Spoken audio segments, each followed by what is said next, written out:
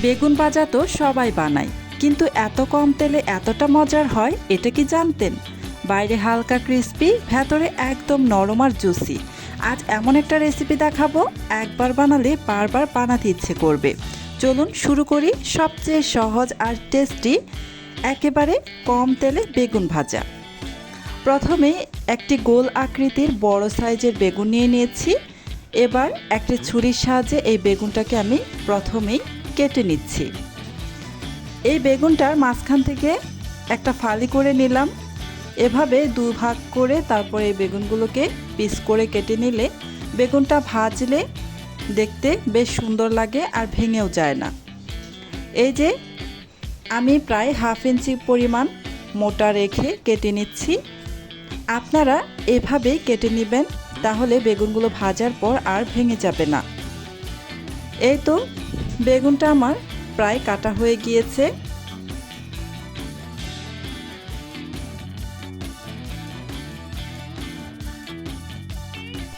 এবার এই বেগুনগুলোকে একটি পাত্রের মধ্যে নিয়ে নিব। পানির মধ্যে ভালোভাবে এই বেগুনগুলোকে ভিজিয়ে রাখতে হবে। বেগুনগুলোকে নিয়ে নিচ্ছি, এই যে পানির মধ্যে দিয়ে দিচ্ছি। এবার এই পানির মধ্যে আমি হাফ চামচের মতো লবণ দিয়ে দিলাম, দিয়ে বেগুনগুলোকে ভালোভাবে মিশিয়ে রাখছি পানির সাথে। লবণ মিশ্রিত এই পানির সাথে বেগুনগুলোকে প্রায় 10 মিনিটের মতো রেখে দিয়েছিলাম। এবার আমি এই বেগুনগুলোকে খুব ভালোভাবে ধুয়ে নিব।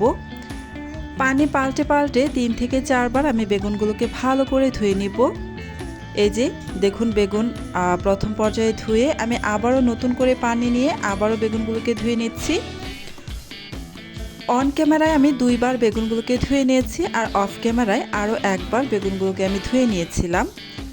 এই যে বেগুনগুলোকে আমার ভালোভাবে ধুয়ে নেওয়া হয়ে গিয়েছে। এবার মশলা মাখানোর জন্য প্রথমে একটা মশলা রেডি করতে হবে। সেজন্য একটি পাত্রের মধ্যে হাফ চামচ পরিমাণ হলুদের গুঁড়া, 1 চামচ পরিমাণ মরিচের গুঁড়া আর হাফ চা চামচের যে কিছুটা কম হবে রসুনের পেস্ট আর স্বাদ অনুযায়ী লবণ দিয়ে দিলাম। সামান্য একটু পানি দিয়ে একটা পেস্ট তৈরি করে নিতে হবে। এখানে অবশ্যই রসুনের ব্যবহারটা করবেন। এই রসুন দেওয়ার কারণে বেগুন ভাজার টেস্ট প্রায় 3 গুণ পরিমাণ বেড়ে যায়। মশলাটা আমার রেডি হয়ে গিয়েছে, তাই এখানে একটি একটি করে বেগুনের পিস দিয়ে ভালোভাবে মশলা মাখিয়ে নিচ্ছি। ভালোভাবে এভাবে মশলাগুলো মাখিয়ে নেবেন। এই যে একটাতে আমার মশলা মাখানো হয়ে গিয়েছে। একটি প্লেটের মধ্যে রেখে দিয়ে আরও একটি বেগুনের পিস নিয়ে এই যে মশলা মাখিয়ে নিচ্ছি। এভাবেই আমি সবগুলো বেগুনের পিসে ভালো করে মশলাটা মাখিয়ে নিব।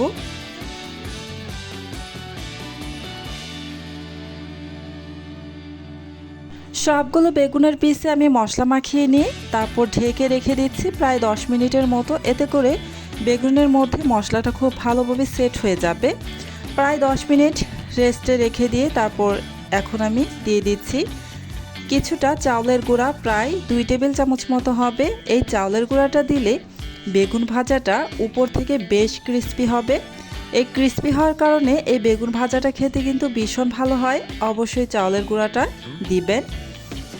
ভালোভাবে মেখে নিয়ে চলে আসলাম ভাজার জন্য চুলায়।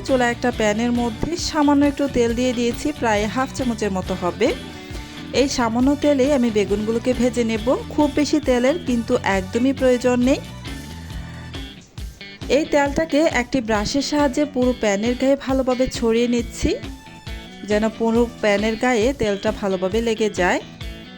এবার এখানে আমি কিছু বেগুন দিয়ে দিচ্ছি, 4 পিস এখানে দিয়ে দিয়েছি। এবার ঢাকনা দিয়ে ঢেকে দিব। চুলার আঁচ কিন্তু একদমই লো আঁচে থাকবে। এক পাশ আমি 3 মিনিট করে ঢাকনা দিয়ে ঢেকে রেখে দিব। এই যে ঢাকনা আমি উঠিয়ে নিয়েছি। প্রায় 3 মিনিট পর এক পাশে কিন্তু খুব ভালোভাবে আমার ভাজা হয়ে গিয়েছে। উল্টে দিয়েছি, দেখতেই পেয়েছেন। এবার আবারও আমি ঢাকনা দিয়ে ঢেকে অপর পাশও আরও 3 মিনিটের মতো রেখে দিব। চুলার আঁচ কিন্তু একদমই লো আঁচে থাকবে।